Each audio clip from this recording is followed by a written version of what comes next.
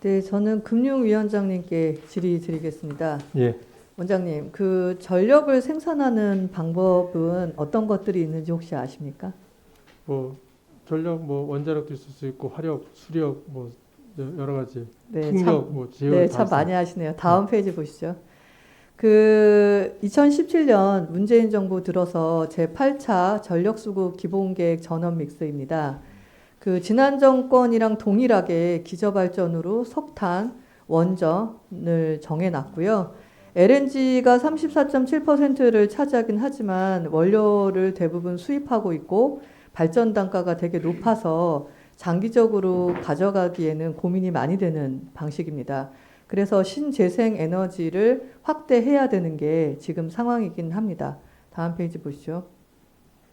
지금 원전이랑 석탄이 전력 공급에 있어서 56.4%를 차지하고 있는데요. 금주에 아시는 것처럼 감사원에서 월성 1호기 조기 폐기에 대한 그 감사 보고서가 나왔었습니다. 원래 원전 수익은 가동률이랑 판매 단가로 결정이 되는데요. 두 번째 이 문단 보시면 상업 운전 평균 이용률이 83.9%인데 이용률을 60%로 둔갑시키고 판매 단가가 18년도, 19년도 각각 62.1원, 58.3원이었는데 평균 판매 단가를 51.5원으로 해서 감사 보고서 68페이지랑 137페이지에 보면 수익이 3,472억이었는데 한 달 만에 224억으로 조작해서 조기 폐쇄를 합니다. 근데 초기 폐쇄대에서 얼마나 국익 손실이 있었냐면 위에 보시면 2015년도에 22년 11월 20일까지 가동을 연장을 결정하고요. 7천억을 들여서 월성 1호기를 리모델링 했습니다. 또한 마지막 문단 보시면 가동을 원래 계획보다 4년 11개월 당겨서 폐쇄함으로써 전력 생산 손해액이 1조 5천억 정도 났습니다. 그래서 총 2조가 넘는 2조 2천억 정도의 손실이 났습니다. 공직에 계신 분들이 너무 무책임한 행동을 통해서 얼마나 많은 국익이 손실이 났는지를 이번 감사원 보고서에서 볼 수 있었습니다. 제가 금융위원장님한테 갑자기 에너지 얘기를 드리는 이유는 따로 있습니다. 다음 페이지 보시죠. 탈석탄 금고 들어보셨나요? 탈석탄 금고라는 건 뭐냐면 석탄 발전 기업에 투자하는 은행에는 공공기관이 금고를 맡기지 않는 것을 지칭하는 겁니다. 다음 페이지 보시죠. 2019년도에 지자체 최초로 충청남도에서 탈석탄 금고를 선언했습니다.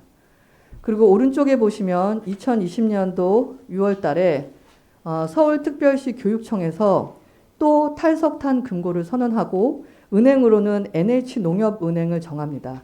그래서 2021년부터 2024년 동안 그 금고를 맡기는데요. 이렇게 되면 어떤 일이 생기냐면 NH농협은행은 4년 동안 석탄 관련한 기업에는 자금 대여를 할 수가 없는 일이 발생하게 됩니다. 저는 그 재생에너지를 육성해야 된다는 것에 대해서는 이의를 달지 않습니다. 하지만 과연 재생에너지가 석탄이나 원전을 다 커버할 만큼 준비가 됐는지는 회의적입니다. 근데 국가의 탈석탄, 탈원전 정책이, 에너지 정책이 공공기관에 영향력을 미쳐서 공공기관이 금융시장을 압박해서 금융시장이 관련 사업에 대해서 고사 형태로 가는 것은 전 정말 바람직하지 않다고 생각합니다. 다음 페이지 보시죠. 최근 10년간 태양광 시설 설치 목적으로 허가내준 내역이 12,799건이고요. 허가 면적이 여의도의 22배입니다. 이 중 80%가 문재인 정부 실적입니다. 다음 페이지 보시죠. 왜 기간이 지나면서 발전 단가가 높아지는지는 모르지만 인정하겠습니다. 원자력에 비해서 태양광이나 풍력은 2배가 높습니다. 그래서 이대로 가면 전기요금 상승이 불가피하고 이건 일반 국민들한테 부담감으로 갑니다. 다음 페이지 보시죠. 가격만이 문제가 아닙니다. 1메가와트당 필요 면적이 원자력이 745제곱미터라면 태양광은 15,000제곱미터이고요. 발전 효율을 따지면 그 5배가 더 필요합니다. 정확히 74,500제곱미터가 필요합니다. 다음 페이지 보시죠. 2040년까지 정부 방침대로 진행을 한다 하더라도 58.5 기가와트를 신재생 에너지로 얻기 위해서 설비 투자를 했을 때 효율 문제 때문에 실제로는 8.8 기가와트밖에 되지 않습니다.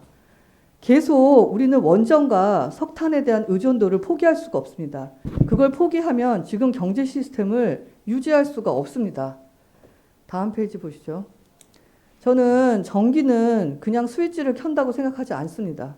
에너지 정책은 과학과 기술에 기반해서 수립돼야 됩니다. 그리고 5년 정부가 100년대계 에너지 정책의 근간을 빠뜨려서는 안 된다고 생각합니다. 저는 정권과 상관없이 원전과 석탄이 기저발전으로 일정 기간 반드시 유지돼야 된다고 생각합니다.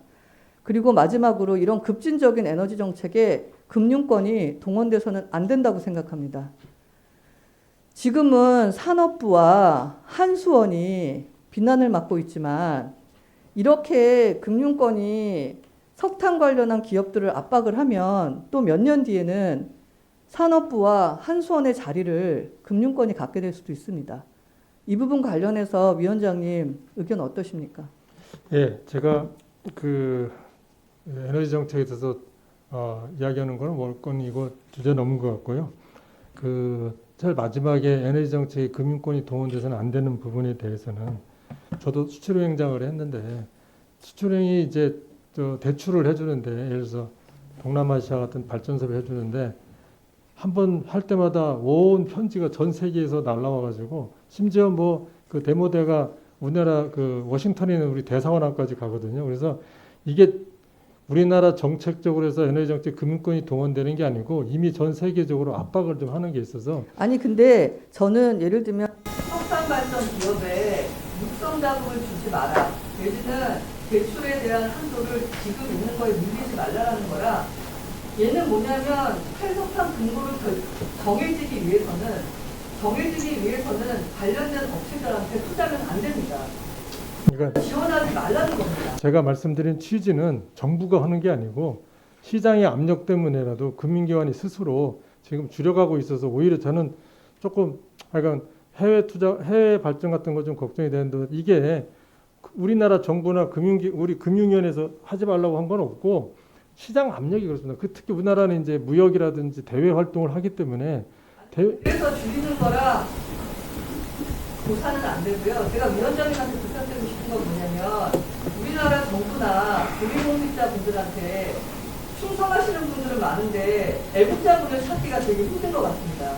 이 에너지 정책에 대해서 금융이랑 전혀 상관이 없지만 좀 들여다보시고 필요하시면 지원 자금을 줄이는 건 산업이랑 병행해서 갈 수 있지만 이렇게 지정해서 전체를 멈추어야 되는 것은 문제가 있다라고 정부에 건의해 주십시오. 그 에너지 정책은 뭐건 전체적인 맥락에서 하는 거 하여간 제가 담당하고 있는 아까 그 금융기관을 압박하는 거는 전혀 있지도 않고요. 금융기관 스스로 선언을 하는 겁니다. 나는 할 테니까 뭐 요즘 ESG라고 하나요? 그런 환경, 친환경 금융기관 되겠다고 선언을 하면서 나가는 방향이고 저희가 이거를 금융기관을 이용하는 거는 전혀 없다 하는 말씀을 드립니다. 시장의 압박입니다. 예.